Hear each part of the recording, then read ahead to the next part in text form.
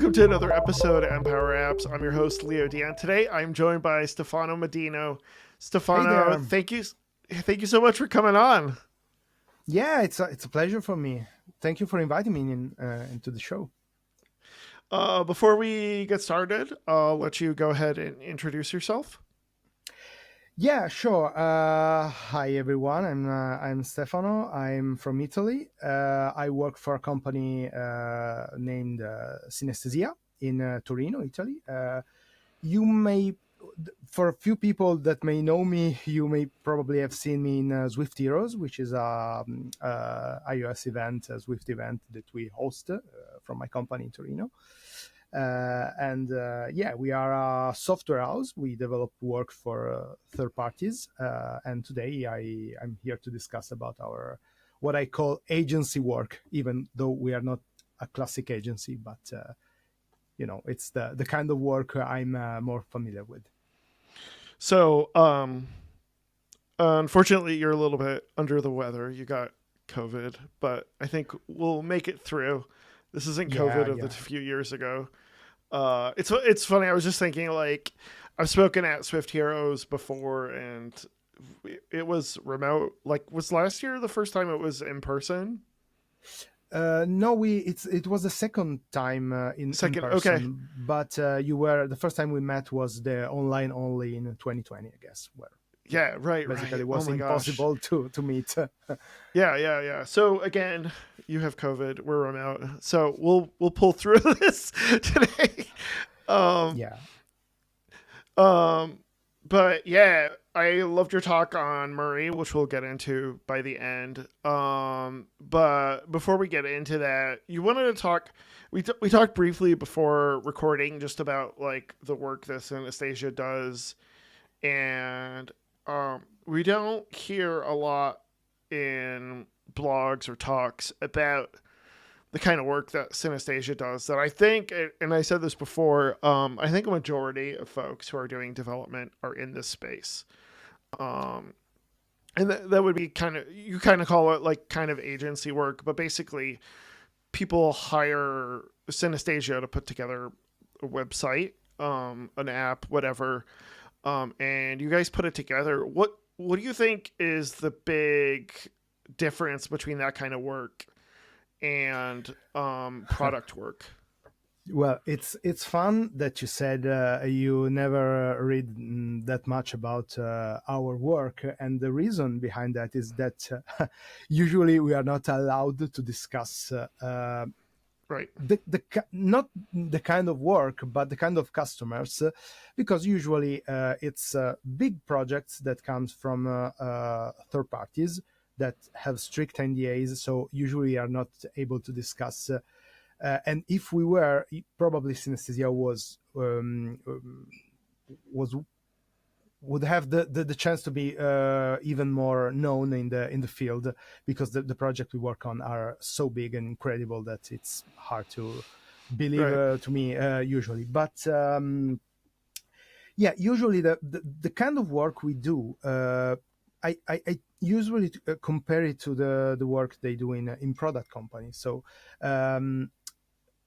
we have to repeat or start from scratch the same work many times, countless times. And the fun part about our work is that sometimes you start, let me say, on a sports app. We work on many sport apps. And the next day, maybe you need to work on something related to, I don't know, agriculture, finance, or I don't know. I went through so many apps in the past years.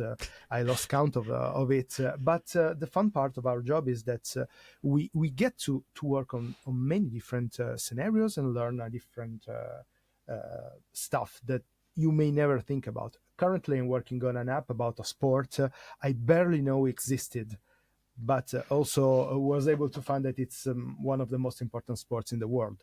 But yeah, it's stuff that happens in our work. But what I've tried to do as tech leader for the last 12 years, it was fun because when I started, I'm still at my first job, actually, as I was telling you about 10 minutes ago. When I started, I was tech leader of myself because we were 5 or 4 people working on both Android, iOS, and web and stuff in 2012. Today we are more than 100 people between employees and consultants. So it was fun to see the company grow in my shoes, and also to be able to contribute.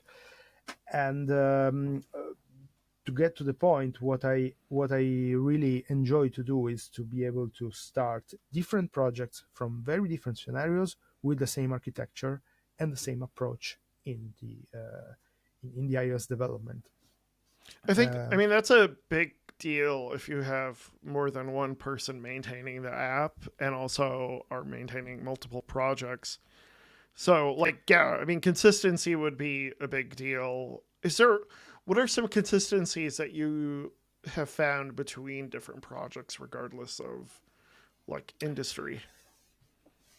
well, the team was made in some periods. I think we reached 18 people in the iOS team alone on many multiple Wow. projects, because we have to scale, get consultants to help out in peak periods, and Yeah. then reduce the team, of course, when it's not needed anymore.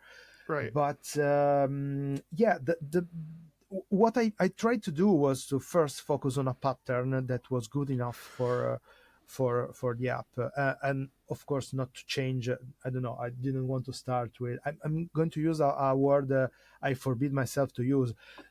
Because I hate it. I not start with Viper one project and then the next day another pattern. I hate Viper, but I never understand it. Sorry, and I shouldn't use the word hate, but seriously, Viper. Why? Anyway, I found myself working with MVVM back in the days where that saint man of Eshfaro put out some. I don't know if you know him. Put out some very interesting. Tutorials about MVVM in Objective C back in 2013, I guess it Okay. was. It was the first time I heard about it. Reactive Cocoa with MVVM. It was a very cool tutorial and a demo project.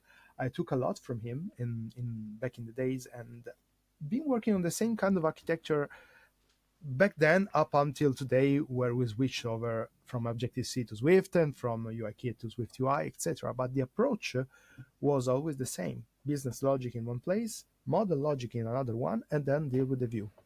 Okay. That's Okay. it. Yeah. So, I This is mean, how we achieved regardless of consistency. regardless of the quality of vape Viper, Viper, is like just you have to be consistent like across your team, and if you're gonna go with reactive Objective C, then you still have to stick with it, and like because the team's gonna have to manage multiple projects, so it makes total sense. Do you do any like shared libraries across your applications? Yeah, so we do.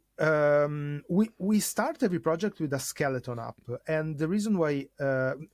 Sorry, let me finish the flow.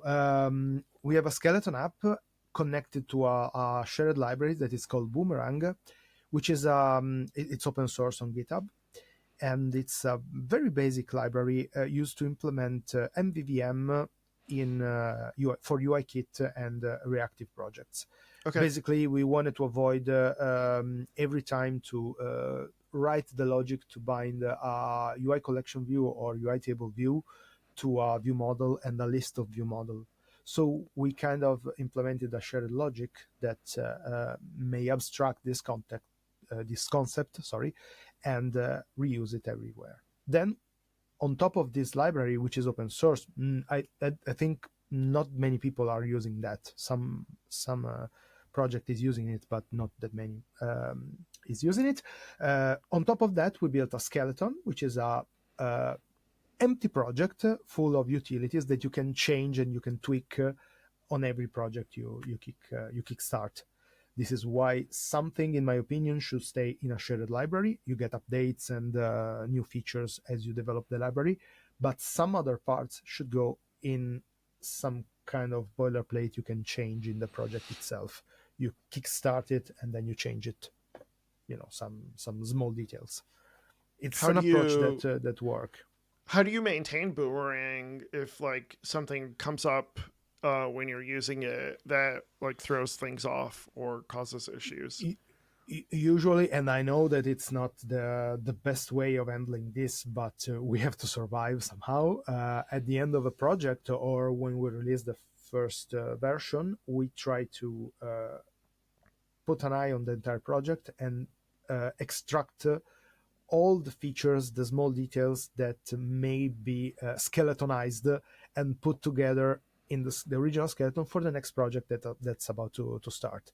So Okay. the older one, after the QA phase and after they are launched, they kind of stay on their own, and they do not get updates because they are already working, and it would be hard uh, to keep everything in sync. Sometimes it happened that we rewrote the architecture from scratch, keeping the same approach but improving it. Like I don't know, when we moved from Objective C to Swift, or Right. in the last year when we moved from UIKit to Swift UI.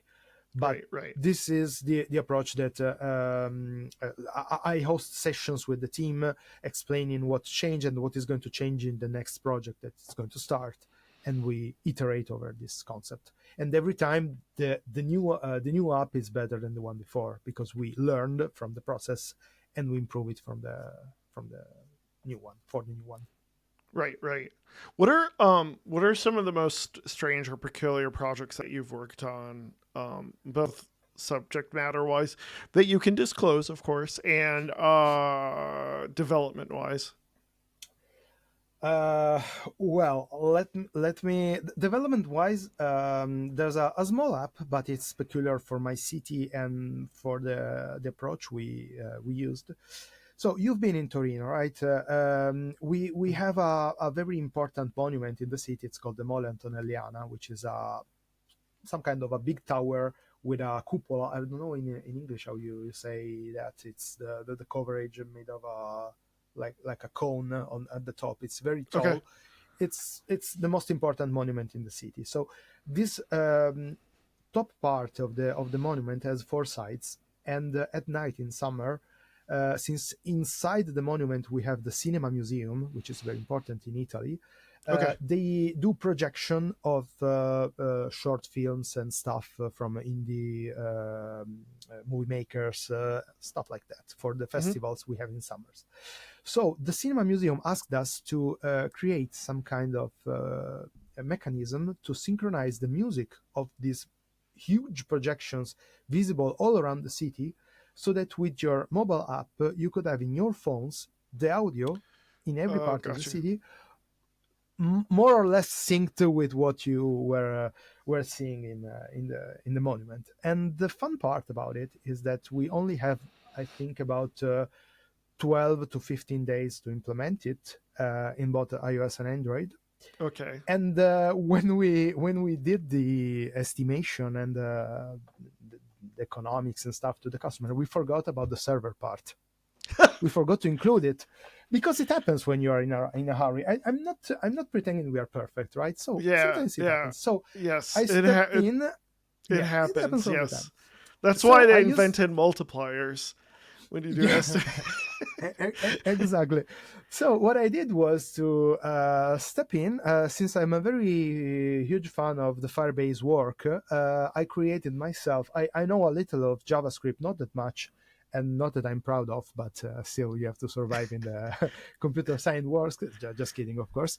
So I created some kind of mini web server with APIs in less than a day, with the Firebase Cloud Function and the remote database, etc.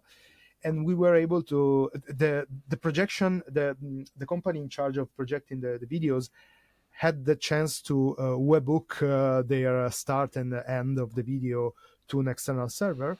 So I was able to create it in that amount of Wow. time, and the application was used and was working. Actually, the synchronization was accurate up to, I think, 200 milliseconds, because there's some delay Yeah. involved in the Wow. That's really communication. good. And yeah, it was nice. It was fun. Not the biggest project I worked on, but since I was born in the city, I'm really tied Excited to about the it. city emotionally, so it was nice to see this Yeah. working in place. That's interesting. So when do you like?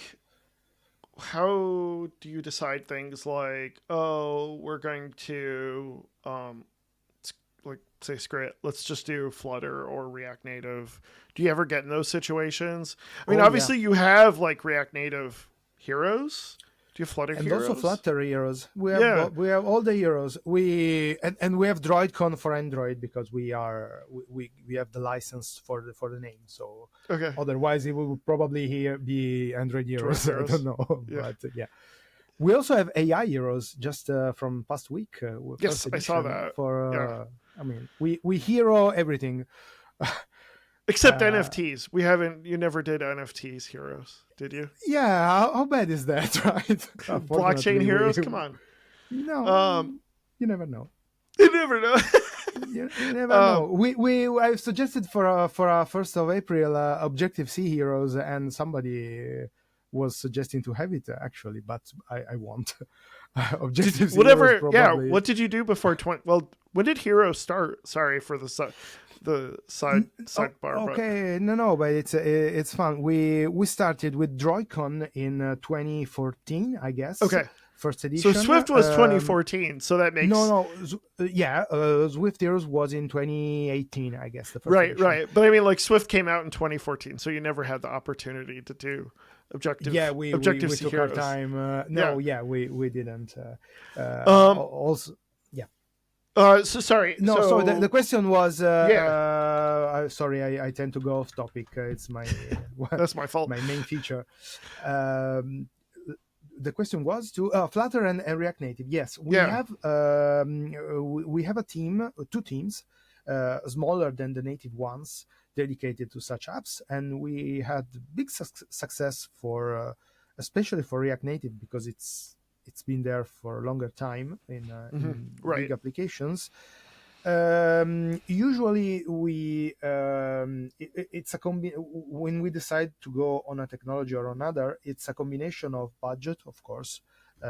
If the customer usually there may be scenarios where customer cannot afford a Yeah. double a double development phase, but also it's a better. I mean, if the application is going to be lots of native integrations, like I don't know, lots of background processing, Bluetooth, or whatever, or you have to implement, I don't know, widgets or watch app connected to the main app or whatever. It's usually better to go with the native approach. If it's just list detail, a quick app, we usually suggest to go with the native approach because it's more effective with the customer. I prefer to go always native, but I have to be realistic and to be Hmm. I mean, Yeah. keep my feet on the ground. And sometimes not everyone can afford to go with a Hmm. double Totally. Totally. development phase. Yeah. I'm working Usually right now. the multiplier for us, it's uh, multiply by 2 the development phase of the estimate for the native one, and 1.3 for the hybrid solution, more or Yeah. less. That If makes sense. And I mean, we can as Swift native developers, we can go on and on about the benefits of developing in Swift, but sometimes those benefits aren't worth it to a client. So yeah. Um, yeah, I'm like working we on a project right also now where it's React Native and they're adding a watch app, and like I'm learning all the intricacies of trying to integrate a watch app into a React Native app. And I can confirm I like doing native Swift development. But yeah, it's interesting trying to do that. Have you ever gotten into a situation where you picked up a React or Flutter app project and had to update it and had to integrate native features? we did. I didn't do that myself in first person, but I helped out, and it's not always the most straightforward process. We also tried to integrate React Native in the opposite way, but was more of a mess. It's I something was that gonna say, technically you could do, because you need to integrate the framework, and then the advantage of React Native against Flutter is that they are still native view. They are RCT views, I think it's called, the Hmm. components. So technically, just for fun, one time I've integrated multiple RCT views in a native UI collection view, just to prove that you can mix the two of them. Right, You can right. have a complete native view, and then at some point, like Facebook was doing back in the days, I don't know if they are still doing it, the feed was React Native, and the other pages were more of a native, Okay, like okay. I didn't know that. something Well, like I mean, that. I'm not surprised it came out of Facebook, but I didn't know that that's how they did it. Yeah, Okay, so let's talk a little bit about your workflow. yeah, So we talked a little bit about your skeleton. I, should we should we get into the skeleton? I feel like we're already hinting at it, or should we yeah. start off talking about the other tools you use? Let's hold off on that because I don't want to spoil it. But what other Okay. tools do you use? Because you got here Toist and Xcode Gen, which I'm a big fan of.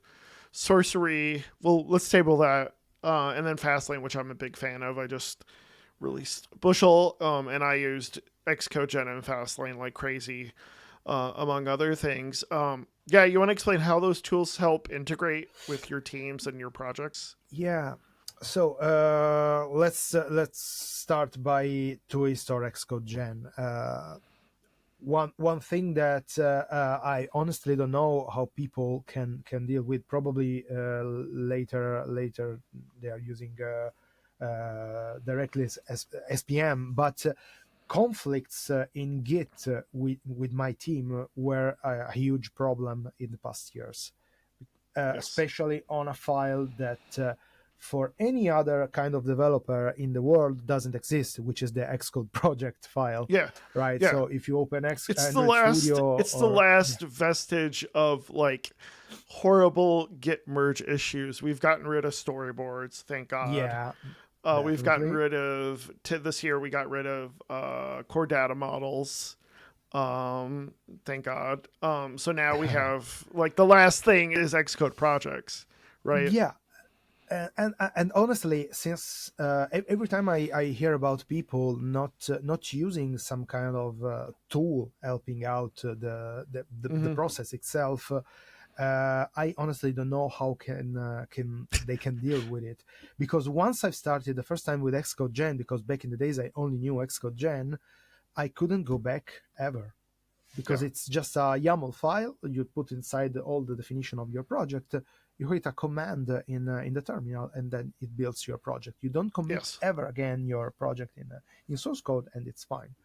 I probably developed lots of projects, also modularizing them in different sub frameworks, Hmm. Hmm. or the other side, having a white label project, meaning that it's a monolithic project, but Yeah. with many different colors and brandings Yeah. uh, for Yeah. different That's companies so perfect inside for them. Toist or Xcode Gen. Do you use Exactly. both or do you use one or I the other? started with Xcode Gen with the YAML file. Then 2 years ago at Swift Heroes, I was talking with one of the speakers, Firas Safa, which is, I don't know, probably you met in the last one. I told him, you have a talk about Twist. I've heard about it, but I prefer Xcode Gen.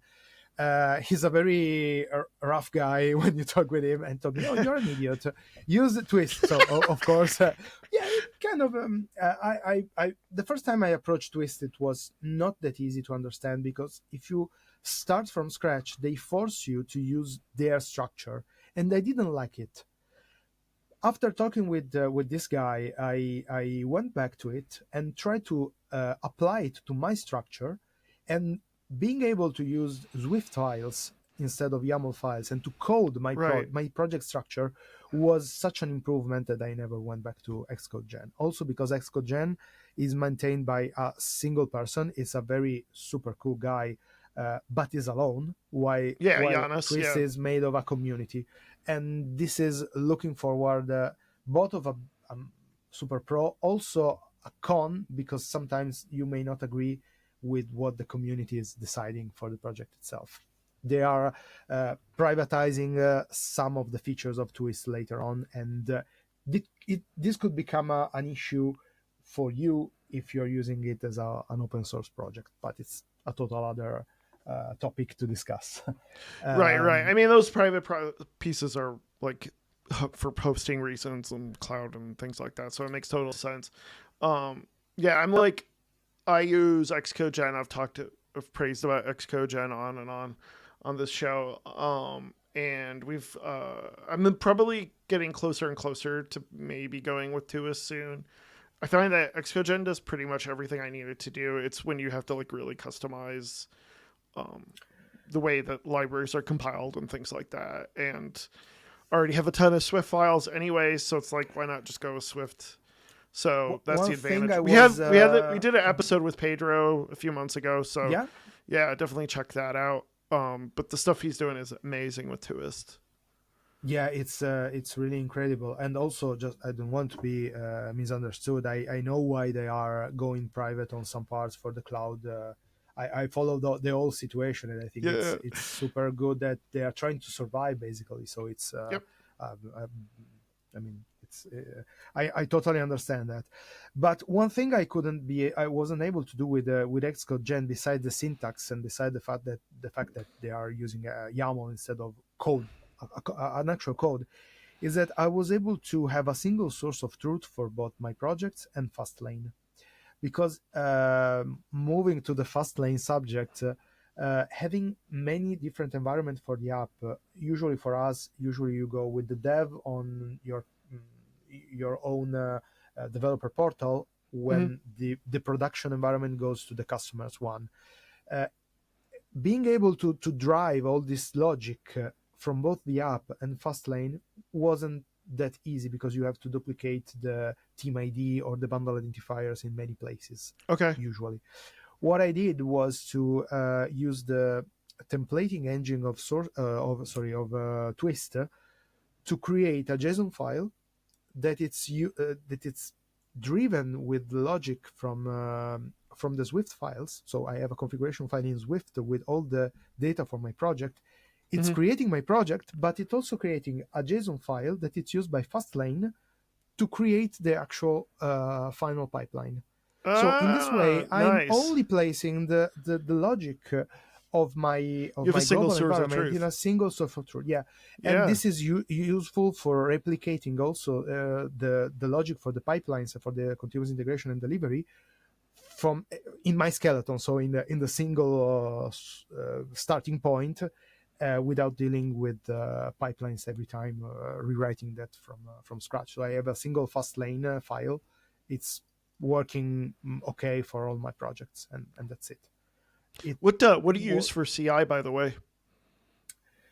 well, mostly everything. I've tried to our how can I say, we work for sometimes directly for with our choices, meaning that the Okay. final customer is directly on us. So we have in house 2 or 3 Mac Minis. They are more cheaper. It's more cheaper to buy a Mac Mini and host it in house rather than have it in the cloud. Yeah. We have Oh, a that's Jenkins. that's what I do. That's what I Yeah, bought a Mac Mini solely they for are that because it's like they are they're so so cheap and so yeah, powerful. So yeah, it's right. easier. So we host them in house. We have a Jenkins hypervisor to sync between them, also because they are shared between Android, React Native, and Flutter, which Okay. is it would be harder to maintain on external platform for Yep. CIs. And then we also have agents from we use Azure DevOps. I know that in our community, saying the word Microsoft is usually not the best thing to do, but Azure Not as DevOps, bad as it used to be. it's really amazing compared to the cost it has per seat. So if you were to put together a Git, whatever it is, a wiki, a Jira, or whatever you may want to use for tasks and stuff like that, all Mm-hmm. together, and pay for that, it will be way more expensive compared to what you can do in Azure DevOps, which has everything in one place. It's really really powerful, and I encourage everybody to at least try that. Then be able to say, okay, I don't like it, but it's something that shouldn't be underestimated, in my opinion. It has pipelines. You can Mhm. install agents for that. Usually, we configure the Azure pipelines. It goes to Jenkins and then goes to the nodes for the Mac Mini for the builds. When we don't have access to our Jenkins, we just replicate the same logic on the agents of our third-party customer whenever it's needed. So we try to. I have a make file in every project that Mhm. has 2 or 3 commands. I only need to launch them from whatever pipeline I have in Yeah, all the that's so projects, nice. Yeah. and that's the approach I Yeah, usually I do. mean that's the problem with Xcode Cloud is like everything is so tightly integrated. If you can move it to a script and then you could run it anywhere, that's like the way to go. And then with the big complaint I've had with Azure DevOps and with the whole Microsoft CI system, and I say that because I'm including GitHub, is the problem that they never update their Mac OS version. But it sounds like you're running this all on your machines, so you Yes. don't have that issue, right? No, you basically on DevOps it works like this. You can decide if the machines are going to be hosted by Microsoft in Yep. their cloud, in the Azure cloud, or you can have the self-hosted agents, and you can have And that's whatever what you you want. do. The only problem with that is that they are making you pay for concurrency of pipelines at the same time. So you have to pay $10 extra just to have a concurrent job Okay. working at the same time. Okay. For now, we are paying, I think, 3 or 4 jobs. It's not a big deal. We have more than 100 projects in our Yeah. Azure DevOps because we Yeah. also have webs and stuff. But it's way less expensive than having everybody on Jira, on GitHub, paid GitHub, and so on. It's $8 per month per seat, and you Yeah. you get task, you get Git, you get wiki, you get whatever. Yeah. So Yeah. I've worked with a client that used Azure. So yeah, we geeked about it in Turin. So I remember being like, oh yeah, Xcode Gen 2ist, Azure, like all good stuff. So yeah, I'm quite familiar with that yeah, what is it called? Stack. Thank you. yeah, Uh, okay. So we talked about skeletons, so let's get into it. We geeked out about your talk and a tool that I've been using quite a bit, and it's open source and available on GitHub. Uh, the humorously titled Murray. First of all, explain the Murray reference because there's very few people who played Sierra games in the '90s who probably yeah. will know I this. mean, I mean, in I think it was '97. I was 12-year old back in days, and they gifted me the Curse of Monkey Island, the third one, the third Okay. chapter for Christmas on my very very old PC back in '97. So you can imagine how PCs were. Probably '98. I don't remember. It's the same. Not a big deal. So there was this little annoying skull called Murray, and I decided to name the tool after him because I used this tool to create skeleton and to coordinate skeleton, and by adding a small piece of stuff. I'm going to explain this in a moment. So when it came to when I was thinking about giving the skeleton a brain, like a head to coordinate, I could either call the tool skull, but felt like a little bit too much Halloween or stuff like that. Then I remember about this. What is the first skull, talking skull I can imagine? And I remember Murray. I try to it's short, so it's nice to write it down in the terminal. Probably there wasn't any other tool, command line tool name Right. like that, so I didn't Right. risk any collision. And if LucasArts, actually Disney, won't sue me for copyright infringements, then They don't I care. think we can go with that. No, of course, just kidding. So yeah, we went for this tool because I tried to use Xcode template. Every other web tool has scaffolding features, meaning that you need to add Mm-hmm. a controller or a model or whatever to your view, or to I your mean, code. Yeah. to me, like the classic one is Ruby on Rails. Like when I saw how Ruby on Rails worked, I was like, okay, yeah, this is awesome. Like that to me is the prototype scaffolding setup. Exactly. I worked on Ruby on Rails back in the days a little Okay. bit, and this is exactly where the Mari idea comes Yeah. from Ruby on Rails. They have this generate tool where you can, since they went with an approach called convention over configuration. Yep. It's which was their approach. It was common to have small boilerplates, small pieces of codes that went to in the appropriate places Yep.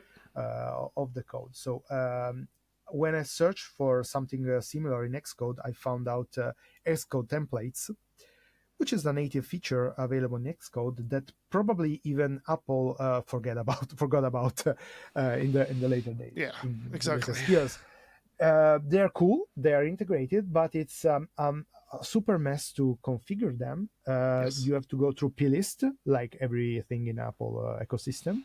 Yep. They have a plist for everything, and I don't even know how you would install an Xcode template. Like yeah, I had a that's script to probably a download pain. it. Yeah, Yeah. you just have to copy that in a hidden folder in the Yeah. library Hidden home folder. That folder. right there is like you're already That's gonna. That's 80% of people aren't gonna know what to do or how to yeah, get to the library folder or whatever it is. Yeah. exactly. That's a huge red flag in my opinion. So I'm not saying that Mari is the easiest solution to this problem, because I know for sure that it's quite hard to understand how to start working with it. But at least you get a terminal. You should always have a terminal open when you're developing apps, in my opinion. Again, I'm not endorsed by Microsoft, but I found myself really happy using Visual Studio Code, because you Okay. have the file structure, also the files that are not included in Xcode. You can how can I say, explore them and select Yeah. them, and at the same time having a terminal already in the proper folder where you can launch commands. So Oh yeah, I'm that's using true. that all Yeah. the time. Yeah. I It's have it open easy. right now. So trust me, I use Visual Studio Code all the time, and Yeah, yeah, I mean I, it's I'm got really good Swift integration now. So thanks to the server dev team. So yeah, I love Murray. So the problem I ran into is so the way I scaffold my app is I'll do I'll do Xcode gen. So I'll have a project.yaml file, yeah. and then I'll have one Swift file in my project, and then everything else is in Swift packages. And the problem I ran into was I was constantly like the way I was doing it was I was like copying a file and doing it that way. I don't know if you've ever tried creating a new file in a Swift package in Xcode, but it sucks. It like it's a mess. So I Yeah. was looking for a way to just constantly do like easily create a file. It'll know exactly where to put the file. It'll have a template, and like that was it. Like Murray was ideal for it was like exactly what I wanted, and it's great because I can just go right into Xcode and create a new Swift file, and it's automatically added to the package and to the application. So yeah, that's what I loved about it.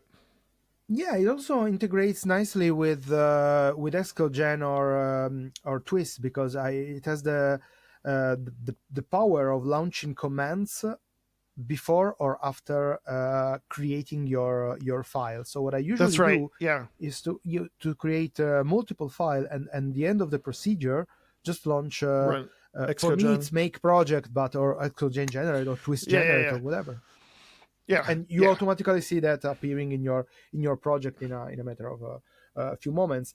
I use it a lot with Twist for creating new sub projects. I don't use the Swift package for in my repository for sub features of my app. I use sub Okay. projects Yep. because I don't know why, but it worked. It Yeah. was No, that my makes sense. original approach, and I've scaffolded entire folders with Murray with lots of boilerplates, like the I already created the folder for the components, the one for the view controllers, the one for the repositories, the use cases, the data sources, etc., and the module configuration itself, where the dependency injection happens. And I simply run Murray, create a new module, and I launch it, and I have it already in Xcode. Nice. Yeah. So it's really powerful. Of course, it took me a while to create all the scaffolds, and I think it's the biggest issue at the moment with Murray.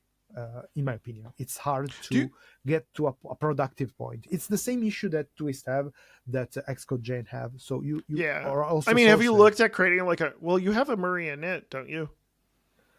Or do Yes, you not? Yeah. you can have it. There, it's going to create the first file, but it's made of concepts, so you have to first study those concepts, and this is probably a too steep learning curve for most of people. So you have to really understand what Murray is about and what are the benefits that you can take out of it before starting using it. And in my Yeah. opinion, probably I'm not good enough to explain this to people.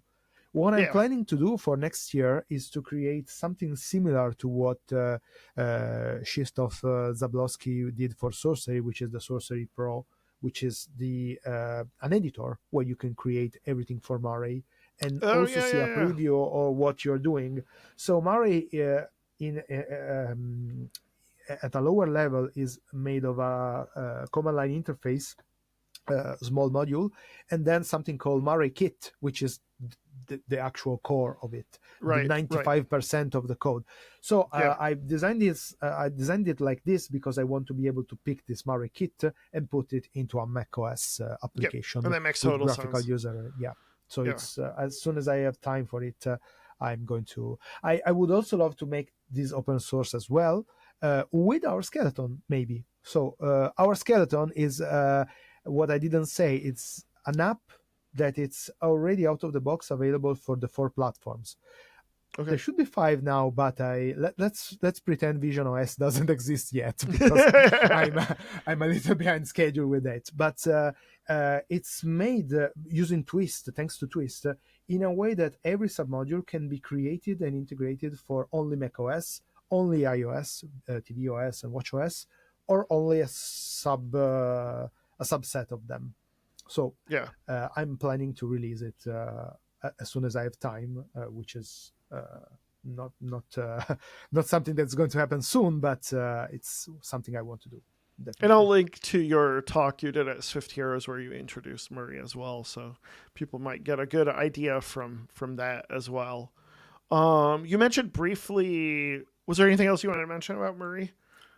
No, besides that, it's everything that if anybody has something to say about Murray, please reach out because I would really love to improve it.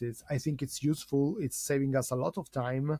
I think it could deserve a little bit more of how can I say, being more famous. I don't know how to say it in English, but I really suck at being this public and sponsor it everywhere. But Right. usually I use Swift Heroes to talk about it. By the way, we are hosting a new event in April, 18 and 19 April of 2024.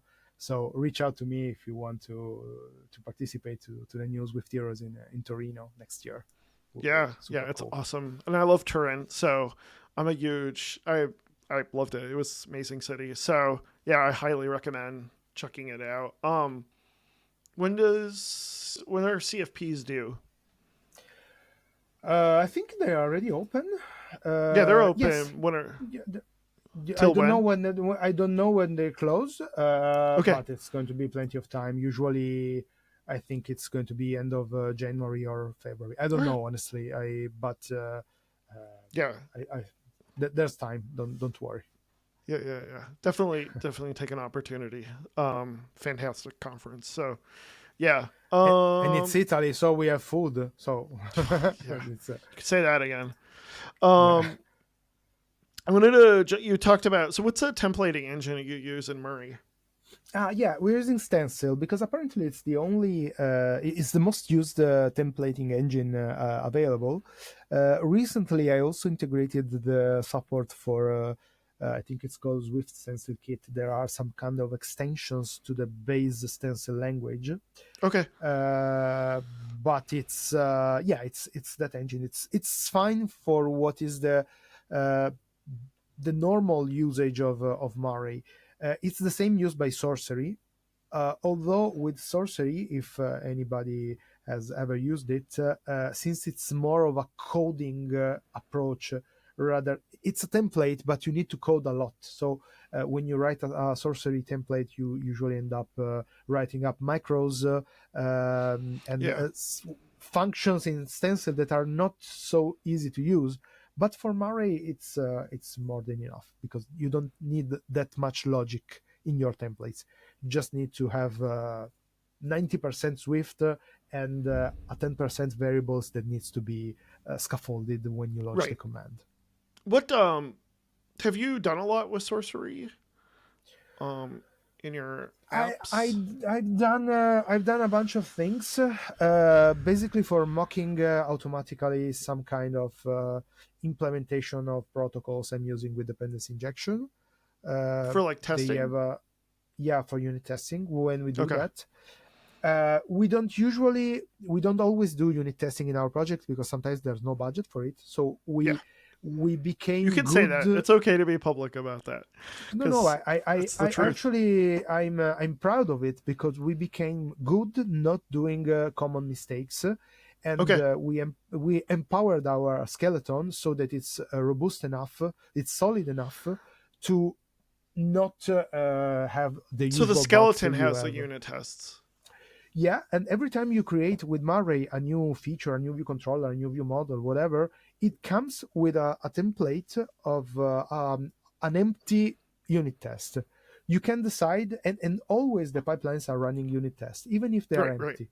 You can right. decide for very critical part of the application if you want to add unit tests or not. That's And the I best thing assume I could came up with. what was the name? Boomerang, I assume has unit Yeah, tests too. So it's like go ahead, what were you going to yeah, say? it has some unit tests, but well, the thing with Boomerang is that now that we are moving to Swift UI, and there's not that much need of using it anymore. Okay. We have stuffed Boomerang with a dependency container, not to be to avoid including every time Swinject or DIP or other external libraries for doing dependency container and dependency injection, which we use.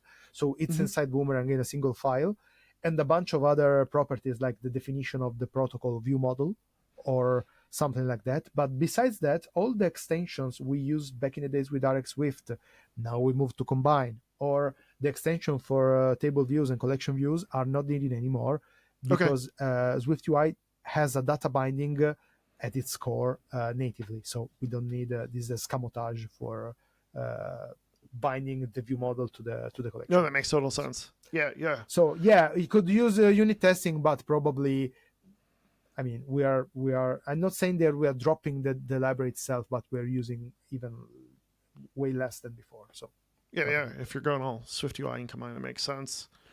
What was I going to? I was going to ask one more question. I totally forgot what it was. Um. Oh yeah.